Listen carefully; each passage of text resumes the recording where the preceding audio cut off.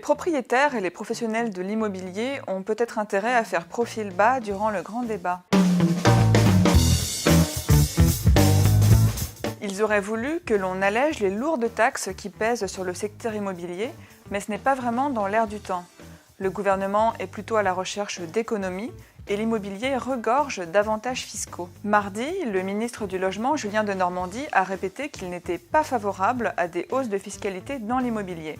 Faisons ensemble l'inventaire de ces hausses évoquées récemment. D'abord, il y a l'idée d'une taxe sur les plus-values sur les résidences principales. Emmanuel Macron s'y est dit favorable et le ministère de l'économie étudie cette piste en précisant qu'elle ne ciblerait que les gros biens immobiliers. Il y a aussi l'idée de taxer davantage les droits de succession.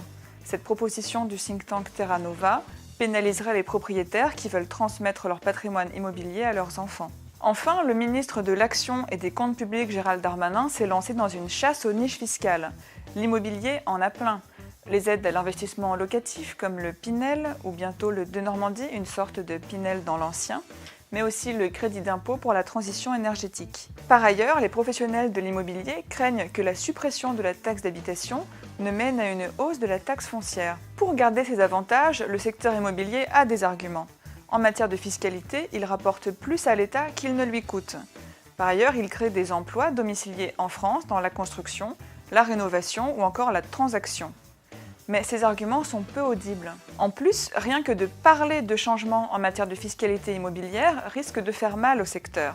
En effet, les entreprises et les particuliers envisagent aujourd'hui des projets qui seront finis dans plusieurs années. Ils risquent donc de mettre en pause ces projets en attendant de voir ce qui va changer. Bref, le secteur de l'immobilier risque de sortir perdant de ce grand débat.